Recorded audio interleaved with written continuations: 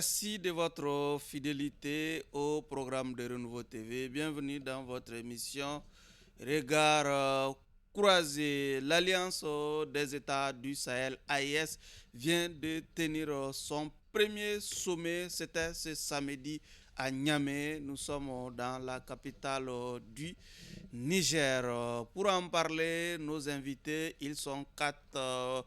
Le premier, M. Idrissa Keïta, il est journaliste. Monsieur Keïta, merci d'être là. Je tenais à te remercier, Baro, pour l'invitation. Et je salue le public et l'audience des Regards Croisés qui m'avaient beaucoup manqué. Okay.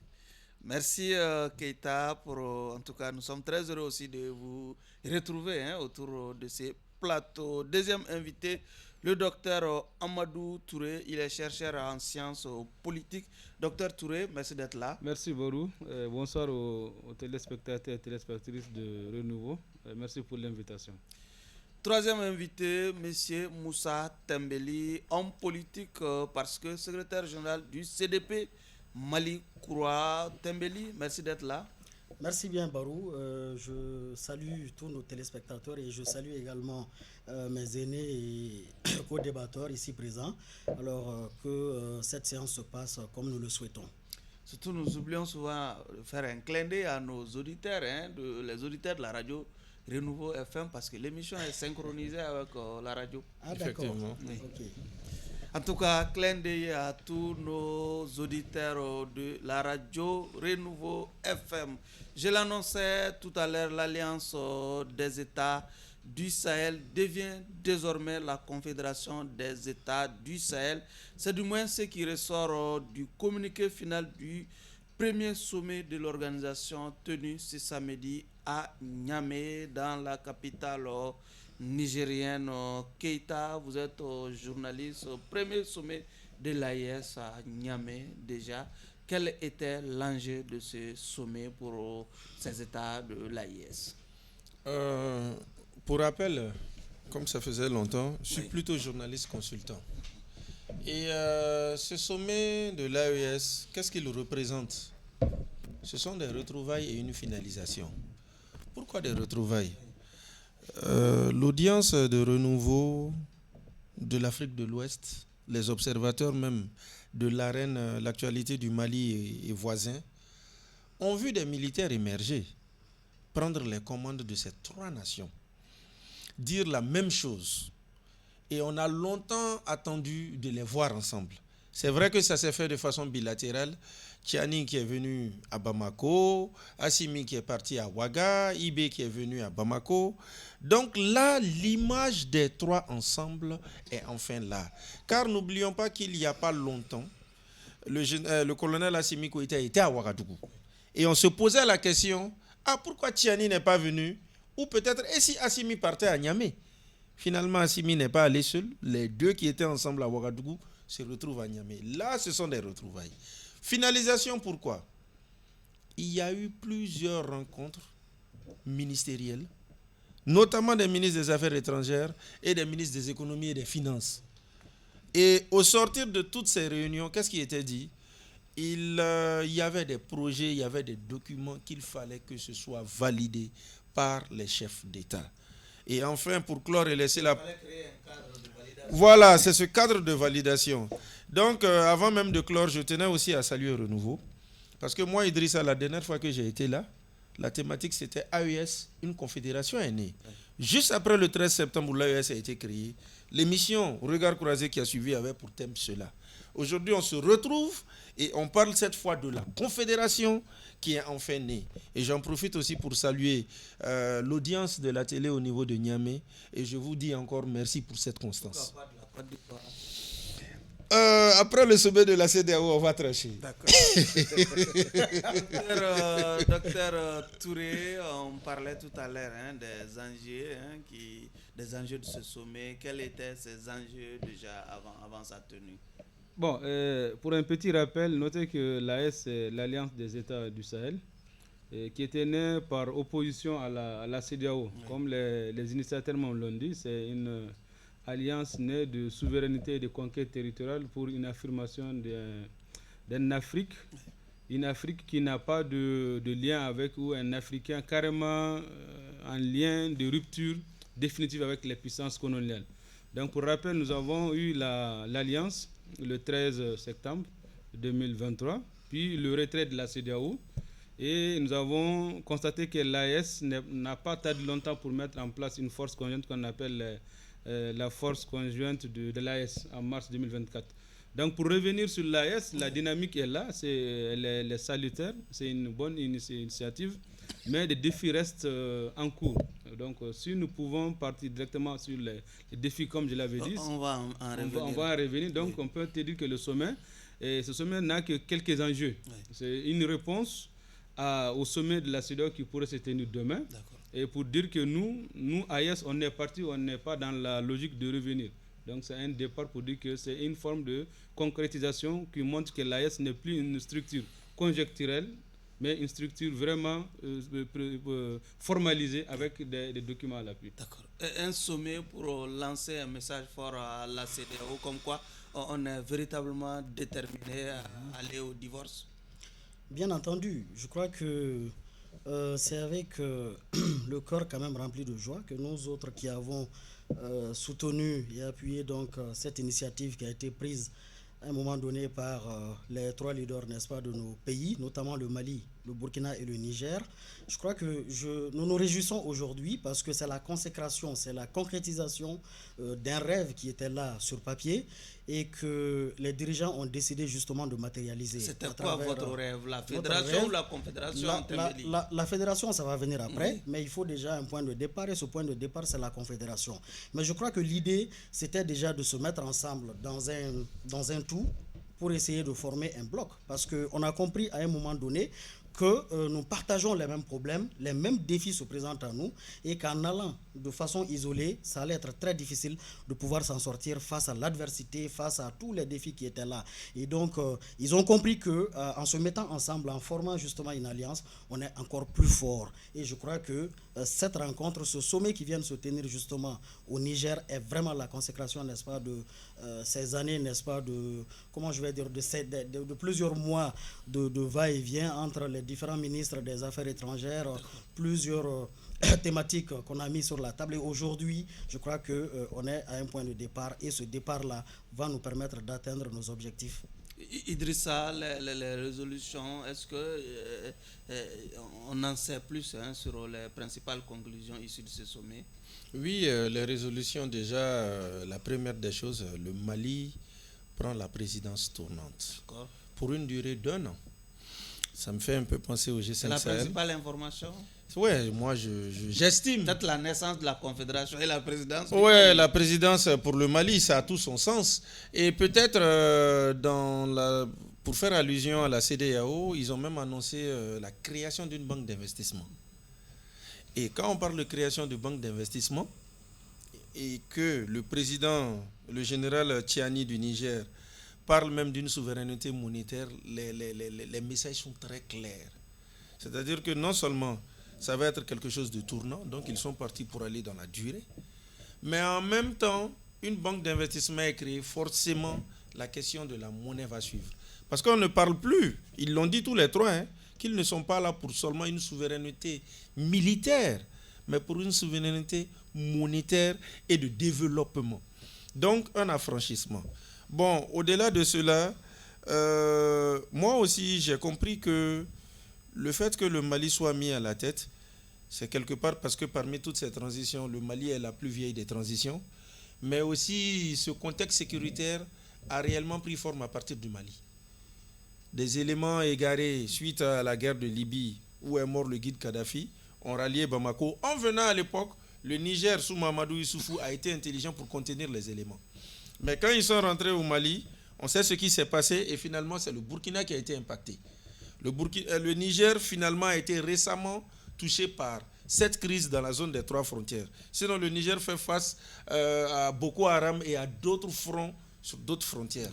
Donc le Mali à la tête, oui. Les banques d'investissement et aussi ils vont mettre en commun la création au niveau des transports, Donc il prévoit des infrastructures. Voilà, des infrastructures au plan commercial, au niveau des transports. Oui. Donc on pourrait peut-être voir AES Airline ou Air AES, parce que dans la terminologie, ils ont quand même insisté sur une chose. Peuple de l'AES, peuple AES. Donc je pense que cela a tout son sens. D'accord. Docteur Touré, nous sommes en train de parler des résolutions, des principales résolutions issues de ce sommet. Et s'agissant des résolutions, on peut retenir la présence du Mali et aussi comme mandat assurer la libre circulation des personnes et des biens, et aussi la mise en place des patrouilles conjointes avec, comme je l'avais dit au départ, la force conjointe de l'AES. Oui, il y a le FCAIS qui existait, la force conjointe de l'AES. Oui, surtout ce qui est essentiel dans les résolutions, c'est de montrer la structure, la forme structurelle et la forme opérationnelle de l'AES. Donc on nous a vu, ils ont parlé de développement, ils ont parlé de beaucoup de choses, des effets d'annonce. Si cela se concrétise, pourquoi retourner ou bien pourquoi parler de la CEDEAO? Mais c'est des effets d'annonce. Maintenant, dans les résolutions particulières, là où ça nous intéresse beaucoup, c'est la lutte contre le terrorisme. Parce que de là, pour rappel, nous avons su que la CEDEAO est dans l'intention d'activer la force antiterroriste pour le terrorisme ou pour rétablir l'ordre constitutionnel, anticonstitutionnel dans certains pays. Mais la question qu'on se pose, est-ce que nos patrouilles ou nos forces conjointes peuvent-elles patrouiller normalement sans collaborer avec la CEDEAO? Donc les questions se posent à ce niveau et le degré de collaboration. Ça semble bien que nous sommes dans une région fermée et que la CEDEAO forcément seront nos voisins. Donc, comme principale résolution à retenir que c'est le Mali qui sort vainqueur parce que c'est le Mali où a pris le point de départ. Est-ce qu'il y avait une compétition? Bon, vainqueur, parce qu'il y a l'image du président Assimi lorsqu'il était à Ouaga. C'était tout à fait normal d'aller vers le Niger. Les deux étaient là. Donc, aller au Niger, même si tu as suivi un peu le déroulement des faits, il était parti à la dernière minute comme le premier responsable de l'AS. Bon, cela c'est bien. Mais le président Assimi est dans la logique, dans tous ses discours, même au niveau de Niamey, il parle... On va parler des discours, on va essayer de les décrypter. On était justement Tembeli en train de... D'accord. Pour les résolutions, c'est salutaire. Les sont prises. À mon niveau, on peut les retenir comme des effets d'annonce. On attend leur concrétisation pour le bénéfice des peuples de l'AS. D'accord. On attend leur concrétisation des effets d'annonce? Oui, bien entendu, parce qu'il faut savoir que bon, comme mes prédécesseurs viennent de le dire, en réalité, au départ, l'idée qui animait ceux qui ont initié justement la création de l'AES, c'était de se mettre ensemble pour défendre justement nos différents territoires. Donc c'est la dimension sécuritaire et militaire qui était mise en avant. Mais aujourd'hui, avec la volonté, on veut aller au-delà justement de la seule dimension militaire. Et je crois que ça, c'est très important parce qu'après la sécurisation, il faut songer aussi au développement économique, à la libre circulation des personnes et de leurs biens. Et je crois que c'est ce qui va permettre de consolider ce tout-là. Parce que la Confédération, comme on l'a dit, après peut donner naissance à la fédération qui est beaucoup plus structurée et qui est beaucoup plus liée par des liens juridiques et autres. Je crois que ça, c'est vraiment le point central que moi je retiens. Et je vais rebondir un peu sur ce qu'il a dit par rapport à la création, n'est-ce pas, de la force conjointe de la CEDEAO. Je crois que ça. Aujourd'hui, ça regarde essentiellement la CEDEAO parce que nous avons déjà pris le pas. On a compris que en restant seul, on ne peut pas se sortir d'affaire et qu'il est très important de se mettre ensemble pour créer déjà, comme il l'a dit, une force conjointe qui va nous permettre, n'est-ce pas, de sécuriser nos différents territoires et éventuellement nos frontières. Visiblement, si la CEDEAO cette force est déjà opérationnelle. Oui, si la CEDEAO veut, après, elle peut venir un peu collaborer. Mais je crois que le chemin est déjà tracé. Rassurez-vous, on va parler de la CEDEAO. D'accord. Keïta déjà, avant les résolutions, des discours quand même d'ouverture ont été tenus, et par Assimi, et par le président Tchani, voire Ibé du Burkina Faso. Oui, bon, moi, juste avant les discours, je voulais être regardant sur une chose. Allez-y. C'est-à-dire la prescience et les délais. Le sommet s'est tenu à Niamey. Ce n'est pas fortuit pour moi. C'est parce que parmi les trois leaders, Tchani est le plus âgé et Tchani est général. Je crois que sur cette base, ils sont allés quand même chez lui, chez le grand frère. Sauf que Tchani aussi est le dernier à opérer son acte. Hein? Non, je viens. J'ai parlé de parallélisme de forme. J'ai parlé, la preuve, regardez. Oui. Quand Tchani venait au Mali, je me posais la question. Je me suis dit que Assimi est président avant lui. Depuis 3 ans. Lui, il est à peine arrivé. Qui allait faire garde à vous à qui? Mais Assimi a fait garde à vous à Tchani. bien que général, bien que président depuis 1 an. Or, lui, bien que président depuis 3 ans. Donc, moi, déjà, j'ai compris qu'ils ont mis en avant cette préséance, cette tradition africaine, où on doit aller chez le plus grand. Mais chez les délais, j'observe quelque chose. Oui. Le président Ibé aux Assises nationales, il a pris 5 ans. Donc, même quand on va finir le tour, Ibé est encore là. Assimi Goïta, on se posait des questions. Entre 2, 3 ans ou 5 ans, selon le dialogue intermalien. Je crois que quand Assimi Goïta finira, c'est 1 an. Ibé finira, c'est 1 an. Et que Tiani aussi finira. C'est-à-dire, donc, dans 3 ans, Assimi sera là pour faire le point. Jusqu'à preuve du contraire. C'est ce que je retiens. Par contre, Tiani, quand ils ont fait le coup d'État, ils avaient dit que c'était pour une période de 3 ans. Qu'ils allaient faire un dialogue national pour définir, ce qui n'a pas encore été fait. Oui. Donc, on va sur la base des 3 ans. Nous sommes en juillet. Or, avec maintenant cette situation de présidence tournante, s'il reste 2 ans en Tiani, c'est fort probable que la présidence tournante fasse même qu'il aille à 3, 4 ans. D'accord. Après ces calculs, revenons à nos discours. Hein? Bon, pour ce qui est des discours déjà, c'est Assimi Goïta qui a le plus développé de ce que j'ai retenu, parce que lui, il a carrément fait le bilan des questions sécuritaires. Et il a dit que les 3 armées collaborent ensemble et peuvent se permettre de traquer des ennemis dans les territoires l'un de l'autre. Et ça, c'est quelque chose de très important. Oui.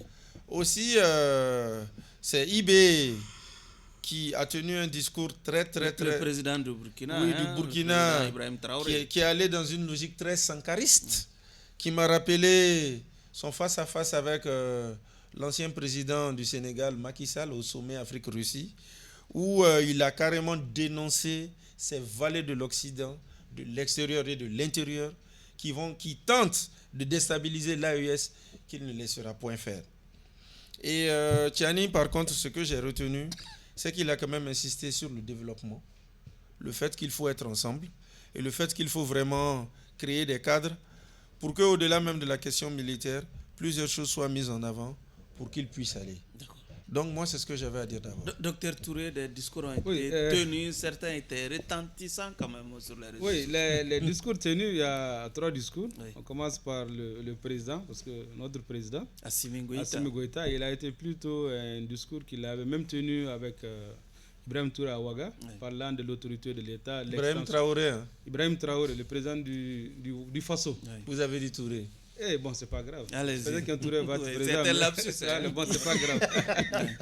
Donc, il avait tenu le même discours presque, parce qu'il avait dit l'extension de l'autorité de l'État, les droits de poursuite, l'engagement, la capacité des forces opérationnelles. Il a justement fait le point de la coopération. La coopération, tout à fait. Tout ce qu'il avait dit, c'est bien. Mais en réalité, par rapport au président Tiani, lui, il est plutôt dans une logique de discours moins agressif par rapport à Traoré, parce qu'il avait tout simplement que nous sommes dans une logique de non-retour à la CEDEAO. C'était pour répondre à la limite à la CEDEAO. Comme si les rôles étaient partagés. Bon, c'est stratégique. Comme c'est des militaires, ils peuvent partager les rôles, mais Traoré est toujours dans la logique d'agression, de remontance, pour dire catégoriquement, il y a toujours des gens qui nous en veulent, qui nous veulent nous créer des problèmes. Donc c'est bien, mais de ces 3 discours, qu'est-ce qui ressort? Ce qui ressort généralement, c'est que ces 3 sont toujours dans la logique d'une rupture avec la CEDEAO, d'une rupture avec les puissances occidentales, et de concrétiser l'AES, pas pour les chefs d'État pour eux, mais pour le peuple. Maintenant, le peuple attend la libre circulation, le peuple attend le développement, le peuple attend que les effets d'annonce se concrétisent. Ouais. Mais à ce jour, ce n'est pas facile. Mais de ce discours, c'est toujours des discours qui galvanisent, qui encouragent, qui mobilisent, qui maintiennent la base au beau fixe et le moral. Ok. Tembele, est-ce que vous avez eu cette impression comme si les rôles étaient partagés? On a vu Assimi faire le point sur, en tout cas, la coopération au sein de l'AES. Et également, Ibé qui tense un peu les opposants à leur régime, les opposants de leur régime, et également Tiani qui fait un clin d'œil surtout à la CEDEAO. Bien entendu, c'est vrai que chacun a fait son discours de son côté, mais ce que je retiens surtout, c'est que derrière ces discours-là, on voit ce qu'on appelle donc l'idéal panafricaniste, c'est-à-dire que ces leaders ont essayé de montrer à la face du monde que, au début, certains pensaient qu'on ne pouvait pas réussir, Mais voilà qu'aujourd'hui, nous sommes déjà sur le chemin et on peut aller jusqu'au bout. Et qu'il faut accepter, n'est-ce pas, de faire face à l'adversité, de faire face aux défis et qu'il est bel et bien possible, n'est-ce pas, de sortir de cette situation la tête haute. Et en mettant tous les atouts de notre côté, parce qu'il faut dire que les pays de l'AES, contrairement à ce que les gens disent, ont beaucoup à offrir aussi. Et même l'autre jour, je le disais justement sur une plateforme, il ne faut pas que les gens pensent que c'est nous qui tendons toujours la main. Nous avons beaucoup à offrir si nous nous valorisons. Parce que la première chose qu'il faut valoriser, c'est la confiance d'abord en soi. Il faut avoir foi en soi-même, se dire que nous avons des atouts, Dieu nous a donné des potentialités. Et si nous acceptons réellement de travailler avec un esprit justement souverainiste, comme on le dit, on peut nous valoriser et nous pouvons nous vendre sur la scène internationale. Il ne faut pas rester tout le temps accroché aux autres ou à cet idéal-là qui dit que oui, on ne peut rien faire sans les autres. Je crois que par derrière ces discours-là, on peut retenir surtout l'idéal panafricaniste. Ils ont voulu montrer à tout le monde que nous pouvons réussir et que cela peut se faire de la plus belle des manières. D'accord. Allez-y, Keita. Moi, ce que je voulais dire, malgré tout, nous sommes dans une euphorie, hein, mais soyons aussi réalistes. L'AES en soi, comme je l'ai dit, c'est un symbole. J'attendais de voir ces trois présidents ensemble. C'est un leadership nouveau, c'est une façon de voir les choses. Et ils ont quand même rêvé, comme il l'a dit, l'idéal panafricaniste. Mais n'oublions pas que nous sommes dans un ensemble. D'une manière ou d'une autre, on va devoir composer avec la CEDEAO. D'une manière ou d'une autre, les pays de la CEDEAO, ce sont nos voisins. D'une manière ou d'une autre, la CEDEAO, c'est les mêmes communautés. Comme dirait l'autre, personne, aucun pays ne va déménager. Voilà, aucun pays, c'est le mot. Okay. Aucun pays ne va déménager. Oui. C'est vrai que, par exemple, présentement, la CEDEAO a fait une main tendue. On voudrait créer cette fameuse force en attente. Envoyez-nous des hommes. Okay. Ils n'ont pas répondu à l'instant, mais à travers le sommet, les messages sont clairs. Tchani qui dit que désormais, la CEDEAO, c'est fini. Et désormais, notre armée, voilà le point, voilà où nous allons. Mais quoi qu'il en soit, par exemple tout court, hein, oui. le militaire malien peut se permettre de traquer le terroriste à l'intérieur du Niger, à l'intérieur du Burkina, mais quitte de la Côte d'Ivoire. Quitte par exemple, je ne sais pas de quel autre, de l'Algérie. On suppose que la Côte d'Ivoire n'est quand même pas infestée. Non, je voudrais dire que nous avons quand même un voisinage avec qui il faudra composer. Assez de choses seront à définir, hein, parce que le sommet de la CEDEAO, qui sera notre second thème, les conclusions aussi vont nous situer. Mais il reste que la confédération qui est née n'est pas une fin en soi. La définition des relations bilatérales et multilatérales aussi sera un enjeu à suivre de très près. Parce que, comme je l'ai dit, malgré la souveraineté nationale retrouvée, au fil du temps, on se rend compte que nul ne peut aller en vase clos et quand même les autres, d'une manière ou d'une autre, devront aussi suivre la ligne et nous aussi, on devrait aussi s'accommoder. D'accord. Docteur Touré, Keita a touché du doigt le problème. Comment opérationnaliser ou même rendre efficace cette confédération dans un contexte de bruit avec les voisins déjà? On peut dire que c'est un problème à multiples équations, oui. Mais je peux me permettre de rappeler un peu la définition de la confédération pour ceux qui nous suivent. Oui, allez-y. Donc la confédération, c'est lorsque les États se réunissent, mais chacun garde sa constitution et son pouvoir sur son territoire. Ouais. C'est-à-dire qu'Assimi, c'est le président du Mali. C'est des États souverains, qui sont ensemble, mais ils partagent certains principes. C'est-à-dire qu'ils sont décidés de partager les poursuites, la sécurité, le développement, mais les principes régaliens restent non changés. Maintenant, comment opérationner l'AES, c'est difficile sans collaborer avec les autres. Qu'on soit franc. Parce que comme on l'a toujours dit, le développement d'un pays, ce n'est pas un développement à base. Le développement est interrégional, intercommunal et à tous les niveaux. Donc il est difficile aussi pour nous, pays membres de l'AES, d'être opérationnels à 100% sans collaborer avec les autres. Maintenant, les possibilités de collaboration s'offrent à nous, de façon, la coopération bilatérale et multilatérale, pour ne pas collaborer avec la CEDEAO. Oui, mais est-ce que le fait que l'AES soit resté dans l'UEMOA, est-ce que c'est pas aussi, ça n'atténue pas un peu? Moi, ce que j'ai dit, j'avais dit, le principal point de désaccord avec moi et l'AES, c'est que l'AES est allé un peu vite parce qu'on veut la souveraineté ou qu'on n'est pas indépendant. Parce que tant qu'on est dans l'UEMOA et qu'on a le franc CFA, la souveraineté n'y est pas. Et en termes de définition claire, depuis le 15e siècle, tout le monde est d'accord que lorsqu'on est souverain, on a la monnaie. La monnaie, c'est un attribut de la souveraineté. Or, l'AES, souveraine politique, souveraineté militaire, mais on n'a pas notre monnaie. Et l'actualité oblige, si vous avez suivi un peu, le Mali a demandé des prêts. On nous a refusé. Le Mali a obtenu des prêts. Le Niger, le Burkina Faso. Donc, les pays de l'AES, ensemble, cherchent des prêts. Pour dire, économiquement, il y a un problème. Donc, l'économie... Sauf que tous les pays cherchent des prêts, même la France. J'ai compris, mais la France cherche des prêts, mais la France avec l'euro. On soit d'accord. Mais le Mali et l'AES, tel que tel, veut quitter la dépendance vis-à-vis de la CEDEAO et de la puissance française. Donc pour qu'on puisse être souverain à 100%, qu'on jouit de notre indépendance, qu'on doit quitter même l'UOMOA. 1. 2. On doit même quitter la langue française. 3. Donc c'est que si on veut être indépendant, on progresse. Mais qu'est-ce que nous avons fait? C'est plutôt aller vers la souveraineté militaire, puis politique. On est d'accord, mais on n'est pas souverain tant qu'on est dans l'UOMOA. Et la CEDEAO, en tant qu'instrument, peut influencer l'UOMOA pour nous coincer. C'est-à-dire qu'on constate aussi qu'à ce jour, même à Bamako, il y a un problème de liquidité. Pour ceux qui souvent partent à la banque, il y a un problème de liquidité qui se dit sur les réseaux sociaux. Donc pour être opérationnel à 100%, l'AES est obligé de collaborer à travers la coopération bilatérale ou multilatérale. D'accord. Et Tembeli, une chose...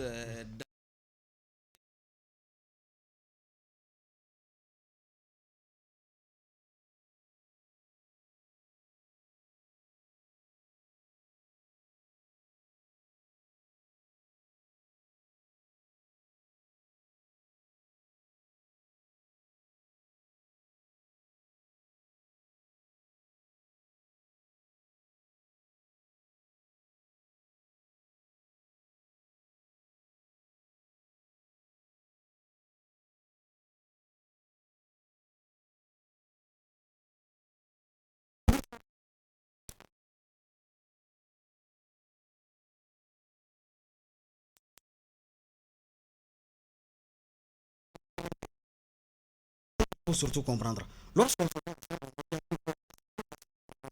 parce que les autres nous sauront que aujourd'hui qui est en face, ce n'est plus qui est en face, ce n'est plus le Niger qui est en face, mais c'est une confédération, n'est-ce pas, de ces trois États-là qui constituent aujourd'hui une force quand même dans la sous-région. Je crois que ça, c'est très très important. Et par rapport à la perspective monétaire que vous avez évoquée tout à l'heure, je crois que la question est sur la table, mais ce n'est pas tout de suite. Il faut savoir qu'il faut mener des réflexions, préparer le terrain, savoir comment on va le faire et comment est-ce que ça peut se faire de façon très concrète. Parce qu'il faut pas, on peut pas faire la rupture, c'est vrai. Aujourd'hui, on a rompu avec l'idéal, mais pas avec tout. Et puis on est dans un monde de globalisation, comme on le dit. On a besoin les uns des autres, mais je pense qu'il faut d'abord bien réfléchir pour pouvoir sortir quelque chose de potable. D'accord. Keïta, certains perçoivent, en tout cas, on perçut ces sommets comme une sorte de réponse au sommet de la CEDEAO devant se tenir cette image à Abuja. Est-ce que vous attendez à une sorte de réponse du berger à la bergère à Abuja? Non, parce que la CEDEAO est figée à son délai de 1 an de divorce définitif. Qu'est-ce que je veux dire? Quand les pays de l'AES ont annoncé leur départ de la CEDEAO en janvier, la CEDEAO a dit tout d'abord, on n'a pas reçu de courrier. Les courriers sont partis. Après, ils ont dit non, à la CEDEAO, comme un peu à la CPI aussi, quand on annonce un retrait, c'est 1 an. Donc, si on a annoncé, par exemple, le retrait le 1er janvier 2020, il faut attendre le 1er janvier 2021 pour que ça soit consommé. Nous sommes en juillet. Et si je m'en tiens aux mots et aux déclarations de la CEDEAO, ce sera donc en fin janvier 2025 que le divorce sera plein. Maintenant, ce que moi j'avais à dire, ne nous y trompons pas, dans les discours là, le général Tchiani Abdraman a bel et bien fait cas. Au-delà de notre départ de la CEDEAO, nous allons aussi dans la souveraineté monétaire. Il l'a dit. Ça a été dit dans les discours. Ça a été mentionné. J'insiste sur ça. Donc ça veut dire ce que ça veut dire. Parce qu'à un moment, évidemment, on avait ce doute, on se disait que mais ils annoncent l'AES, on ne voit rien bouger. Quand IB était face à notre confrère Alain Foka, mais il a dit qu'il y a plein de choses qui sont en cours et le départ, il est irréversible. Beaucoup n'y avaient pas cru. Mais aujourd'hui, avec les déclarations, parce que vous savez, il faut lire dans les détails pour voir certains mots. Ça, c'est d'un. Sinon, ma question, c'était de savoir si le président sommet aura un écho lors du... Mais l'ordre du jour de la CEDEAO, c'est quand même ça. D'accord. C'est quand même les questions sécuritaires. Qui de nos voisins, c'est-à-dire n'est pas impacté? Le Togo, dans une partie du Togo, le nord, il y a des mouvements terroristes. Le Ghana, il y a des attaques terroristes. Le Bénin aussi n'y échappe pas. La Côte d'Ivoire, dans sa zone Ouangolo, frontière Burkina, prend toutes les dispositions. Aucun de nos voisins n'est à l'abri d'une attaque. Et certains l'ont vécu. On a vu ce qui s'est passé en son temps à Ouagadougou. On a vu ce qui s'est passé en son temps à la plage de Grand Bassam. Et j'en passe. Aucun n'est à l'abri sur la question. Donc pour moi, ils sont en train... la CEDEAO va se réunir. Oui. Déjà... Ça, c'est dimanche. Oui. Sauf que vous savez, quand l'AES a été créé, c'est-à-dire donc au moment de mon dernier passage ici, moi je me souviens que le président Tinubu, qui est aux commandes de la CEDEAO... Qui avait qualifié de l'AES d'organisation fantoche. Voilà. Allez-y. Exactement, ce terme. J'insiste toujours sur ça dans mon argumentation. Il avait dit ça, mais 7 mois plus tard, 10 mois, 9 mois plus tard, où en sommes-nous? La chose a vraiment avancé. Et puis depuis près de 4-5 mois, la CEDEAO est en train de faire pieds et mains. Même le président du Sénégal, comment il s'appelle, Diomaye Faye, n'a pas accepté l'étiquette de médiateur, mais était quand même dans la dynamique et dans un discours où il invite les autres à rejoindre la CEDEAO. Je crois que maintenant, avec ce qui vient se passer, il va devoir revoir sa copie. Et je vous informe aussi que précédemment, la CEDEAO, le président en exercice, Aliou Touré, est parti à Conakry il y a moins d'1 mois, où il a rencontré et le Premier ministre et le ministre des Affaires étrangères pour qu'il plaide auprès du président Mamadi Doumbia pour que ce dernier puisse intercéder auprès de ses collègues de l'AES pour qu'ils reviennent. Je crois que maintenant, ces initiatives-là, chacun va devoir revoir sa copie parce que vraiment, l'AES est parti pour durer. Et avec cette question de présidence tournante, je crois que maintenant, la CEDEAO a compris qu'elle a son interlocuteur qui est désormais le président colonel Assimi Goïta. D'accord. Touré, quelle sera l'attitude de la CEDEAO ce dimanche vis-à-vis de l'AES avec la tenue de ce sommet? Bon, la CEDEAO pourrait penser que l'AES a tenu son premier sommet en réponse à leur réunion, pour aussi en découdre avec elle. Donc, mais les points de divergence vont être quoi? C'est que la CEDEAO est dans la dynamique de faire retourner les États membres, compte tenu des démarches entreprises au niveau de la Guinée, où le Premier ministre a été rencontré. Et le Premier ministre guinéen avait dit à son temps que lui, il comprend la logique des présidents de l'AES, qui étaient dans des dispositions, dans une dynamique légitime pour se défendre. Donc, quitte à croire que la CEDEAO va profiter sur un point, qu'on appelle la lutte contre le terrorisme. Et ça sent bien que, vu l'escalade de la violence, chacun de nous est un assoiffé de paix. Donc, qui veut la paix prépare la guerre. Et on sait bien que le Mali seul ne peut pas lutter contre le terrorisme, même l'AES seul. Là où les États-Unis ont échoué, les puissances ont échoué, l'AES seul ne peut pas tenir. Donc, il va falloir que l'AES, au-delà de son retrait de la CEDEAO, pourrait collaborer avec la CEDEAO sur le plan de la sécurité. Maintenant, les griefs où on ne fait pas confiance entre guillemets à la CEDEAO, cette force était déjà préparée pour être activée au moment de ce qui se passe au niveau de l'AES, au moment de la mise en forme de ses pouvoirs en place. La CEDEAO était catégorique. Le président Tegoum avait proposé d'intervenir à son temps. Il n'a pas eu de soutien. Donc, est-ce que nous, membres de l'AES, on va accepter que ces forces viennent lutter contre le terrorisme chez nous? Est-ce qu'il n'est pas trop tard? Parce que n'oubliez pas, depuis 2012, le Mali était dans une dynamique. Sauf que l'AES est appelé, invité à contribuer. Oui, j'ai compris. L'AES ne va pas répondre. Parce qu'arrêtez, la CEDEAO joue les faits troubles, à mon avis. Parce que depuis 2012, le Mali avait besoin de la CEDEAO, avait besoin d'une force africaine pour lutter contre le terrorisme. Sinon, c'est un jeu de dupes. Moi, à ma place, je ne collabore pas avec la CEDEAO. Où je vais faire la réelle politique. C'est-à-dire, même si ces forces, on doit collaborer, on ne doit pas entrer dans l'espace AES. Parce qu'il y a toujours des suspicions de velléité, des suspicions de faire tomber ce régime qui existe toujours. Et aussi, l'AES ne fait pas confiance à la CEDEAO et c'est réciproque. Maintenant, la CEDEAO, la réunion de demain, ce que j'avais bien compris, c'est que c'est une réunion politique qui va porter sur le développement régional qui va parler de la sécurité et parler surtout des conséquences sur le retrait de l'AES, notamment de la CEDEAO. Les conséquences sur nous-mêmes, membres de l'AES, et les conséquences sur la CEDEAO. Oui. Donc, partant de ce point de vue, on attend, mais la CEDEAO va prendre aussi des décisions musclées comme l'AES l'a fait aujourd'hui, en réponse. Tembeli, on est justement en train de parler des enjeux de ce sommet de la CEDEAO qui va se tenir ce dimanche à Abuja, au Nigeria. Bon, la CEDEAO va tenir son sommet, mais ce que la CEDEAO doit savoir, c'est que nous n'avons peut-être pas les mêmes priorités. Nous, notre priorité, c'est d'abord d'assurer notre sécurité. Parce que l'AES, voilà, je me mets déjà dans ce peuple de l'AES, voilà, peuple de la terminologie maintenant. Peuple de l'AES. Donc, il faut que la CEDEAO sache que nous ne sommes plus dans cette dynamique-là de servir des agendas autres que ceux de nos États membres. Nous avons des priorités, nous avons des objectifs que nous voulons atteindre. Maintenant, s'il y a une collaboration qui doit naître, cela se fera. Ça va se discuter autour d'une table. Mais bon, que la CEDEAO sache qu'aucune autre forme d'influence ne viendra perturber le bon fonctionnement, n'est-ce pas, de l'AES. Parce que, comme je l'ai dit, mais c'est même déplorable de voir que c'est aujourd'hui que la CEDEAO pense à la création de cette force-là qui va lutter contre le terrorisme. Ça donne envie de pleurer, je vous le jure. C'est pourquoi je disais un jour que la CEDEAO ne pense pas en réalité à nos peuples. Mais la CEDEAO a d'autres agendas qu'elle défend, ce n'est pas possible. Quand le Mali avait besoin, n'est-ce pas, de cette force-là, nous avons crié sur tous les toits. Qui est venu? La CEDEAO ne s'est jamais manifestée.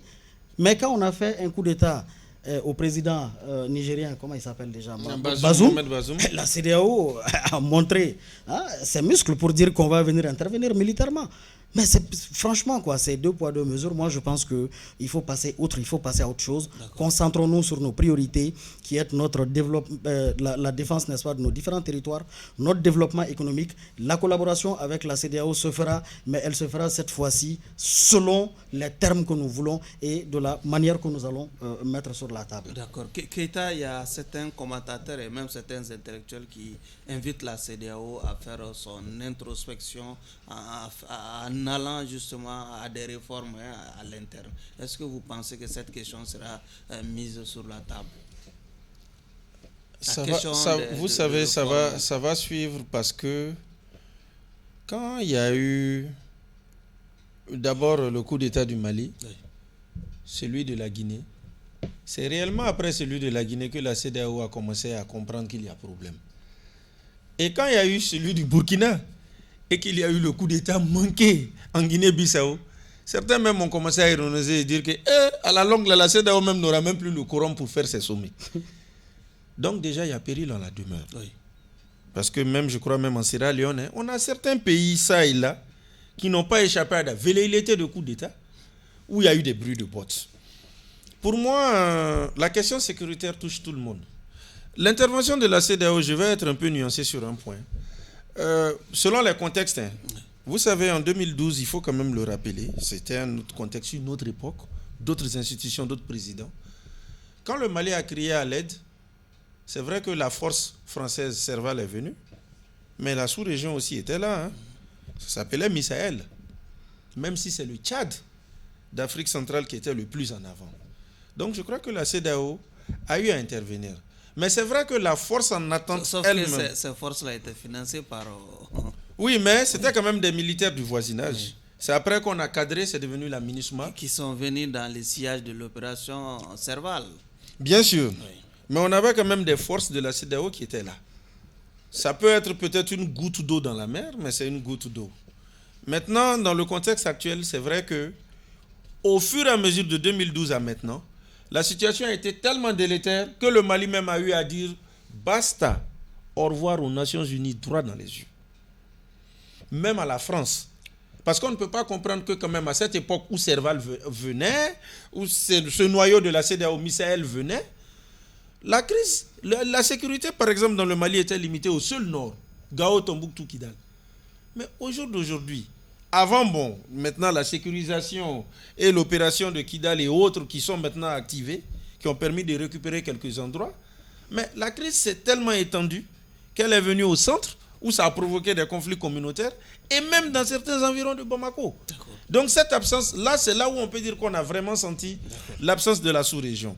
Mais il est quand même vrai que la CEDEAO doit faire son mea culpa. Moi, j'ai toujours blâmé la CEDEAO sur une chose, au plan institutionnel. Parlons de 2012, une époque où je crois Abdoulaye Wade était là, Alpha Condé était là et pas mal de présidents. En 2024, qu'est-ce qu'on voit?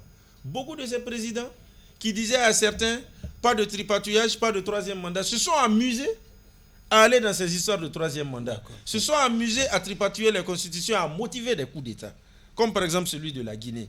Donc déjà même, au niveau de la CEDEAO, il faut le revoir. Le président Ambalo de la Guinée-Bissau, vous allez... Il a voulu... Oui. Tout son mandat, il insistait sur la création de cette force. D'accord. Il l'a chanté haut et fort, mais au bout du compte, où est-ce que ça s'est mal passé entre lui-même et les pays même de l'AES? C'est le jour où le président français est venu lui rendre visite et lors de leur conférence commune, il a dit qu'il n'acceptera pas et qu'aucun pays de la CEDEAO ne doit s'attribuer un mandat de 5 ans. Il faut qu'ils enlèvent le treillis, il y a des passages à suivre. Depuis lors, il y a eu des dissensions. Depuis lors, il a même dû passer la main. D'accord. Docteur, jamais la question de réformer la CEDEAO ne s'est posée qu'à cette veille de ce sommet de la CEDEAO. Tout à fait, parce que si on se réfère à l'actualité toujours, il y a le président sénégalais qui a toujours insisté, qui a toujours insisté sur la réforme de la CEDEAO. Il participe déjà à ce sommet en réformateur. En réformateur, on l'a même dit qu'il va être mal perçu en tant qu'un jeune réformateur qui a demandé à ce que les réformes de la CEDEAO puissent s'effectuer. Il a toujours demandé.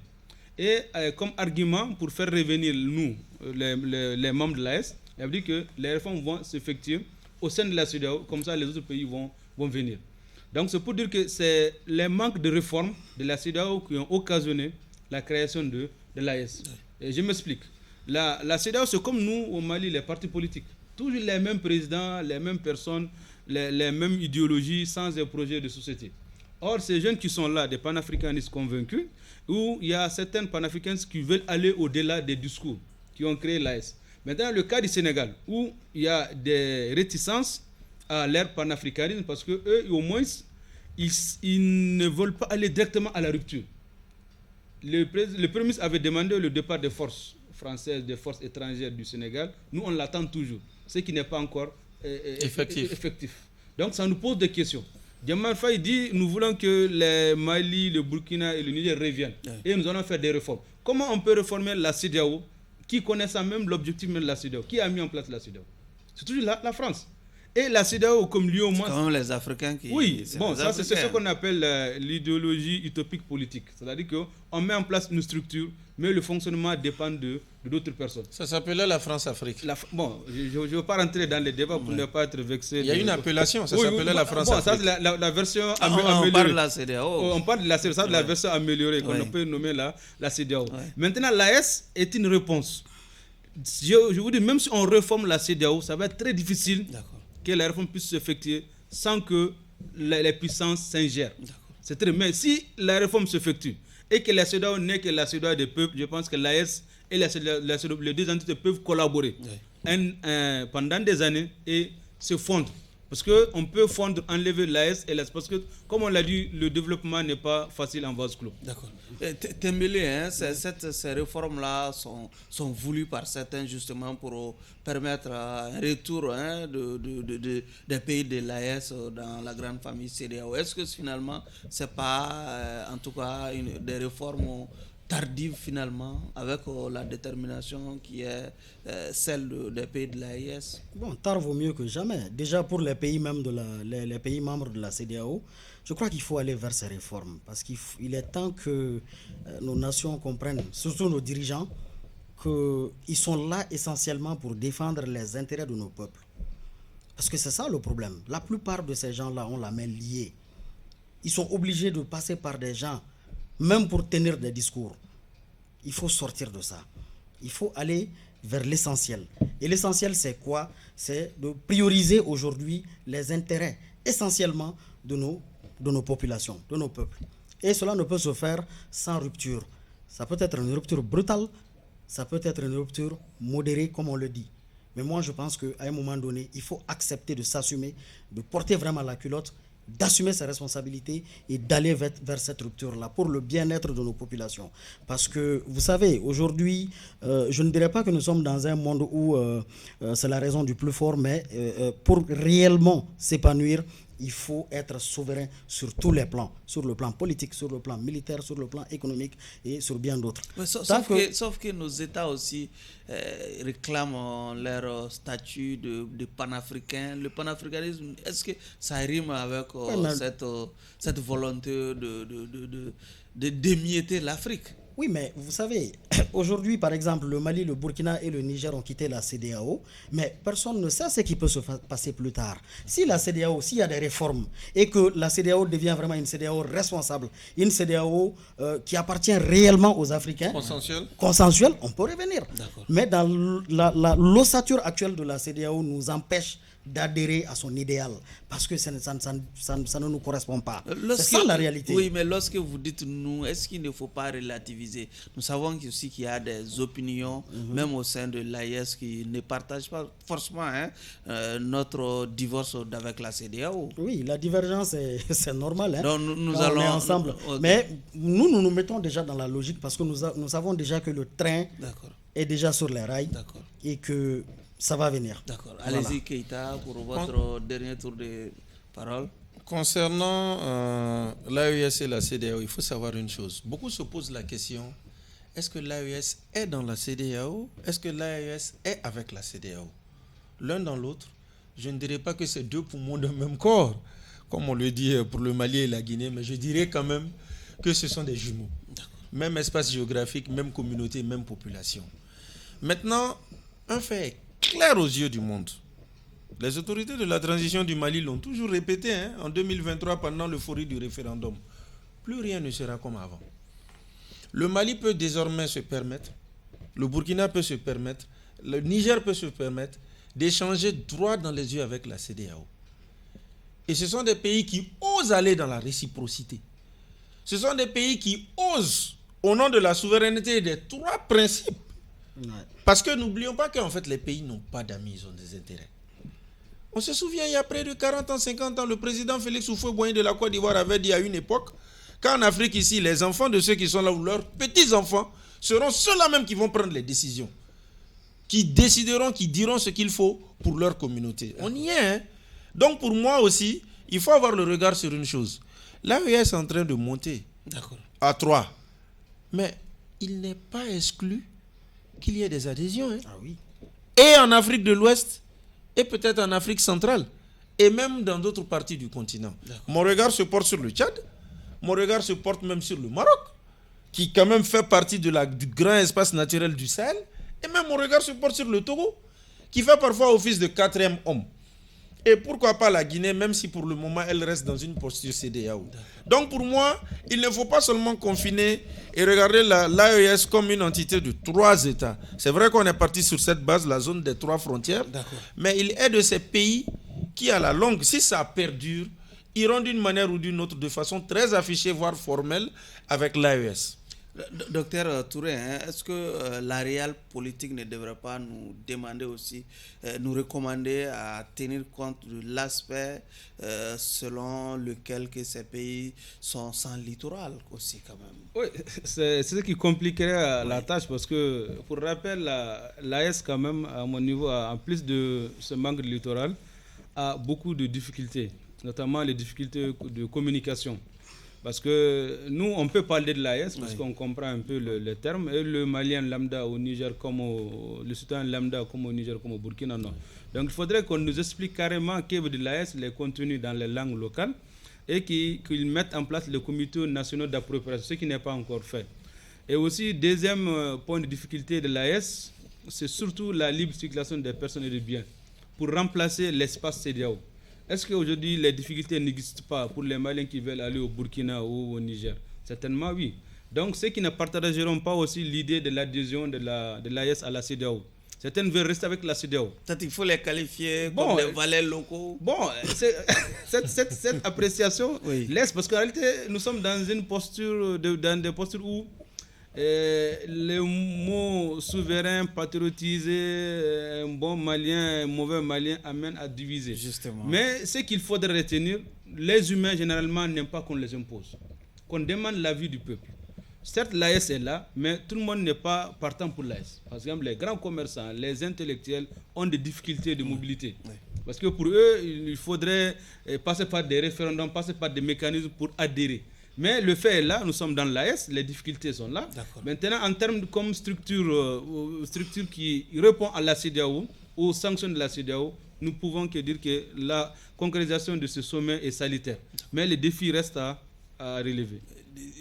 Tembeli, ces pays sont sans littoral, ils n'ont pas de débouché sur la mer. Ça me rappelle tout juste le discours du ministre des Affaires étrangères. Ce n'est qu'un discours. Oui, ce n'est qu'un discours, mais c'est la vérité. Face à la réalité, le discours peut tomber souvent. Oui, mais vous savez, le commerçant n'est rien si l'on ne vient pas acheter chez lui le produit.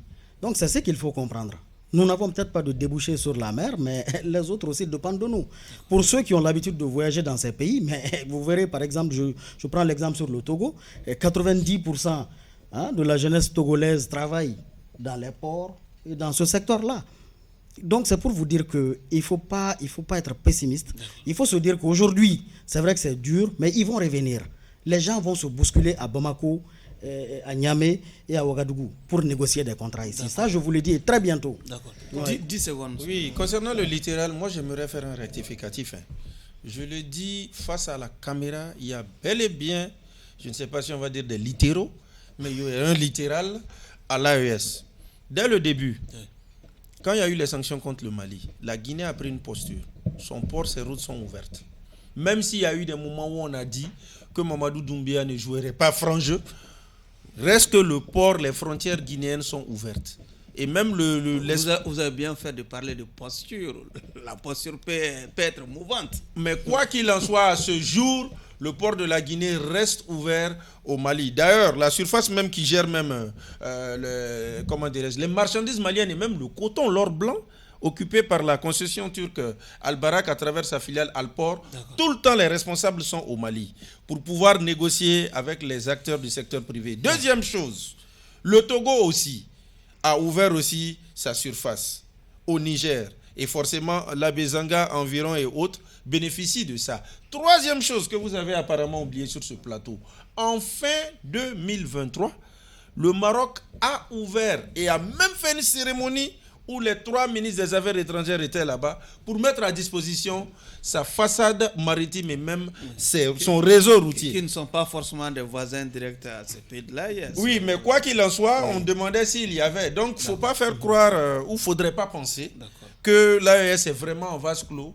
Il y a des ouvertures qui sont là. Sauf que c'est les officiels eux-mêmes qui le disent. Quand on dit qu'on n'a pas de façade maritime, c'est comme si... En fait, il n'y a pas de débouché. Allez-y. Mais le rappel l'exemple que je voulais évoquer, c'est le cas du Bénin. Le Bénin est sur le point de lécher pratiquement les bottes du président Tchani pour qu'il revienne. Parce que vous savez, ils ne sont rien sans nous, nous ne sommes rien sans eux. Ils ne sont rien sans nous, nous ne sommes rien sans eux. C'est sur, en tout cas, cette expression de M. Tembeli qui prend fin ce numéro de votre émission Regard Croisé, qui recevait comme invité M. Idrissa Keïta, journaliste consultant, Moussa Tembeli, homme politique, secrétaire général du CDP, pas du CDP de Blaise Compaoré, mais du CDP Mali Koura, et Dr Amadou Touré, chercheur en sciences politiques. S'il vous plaît, merci à vous de nous avoir suivis. Clin d'œil à tous nos téléspectateurs du côté de Niamey. Nous sommes au Niger. Au revoir.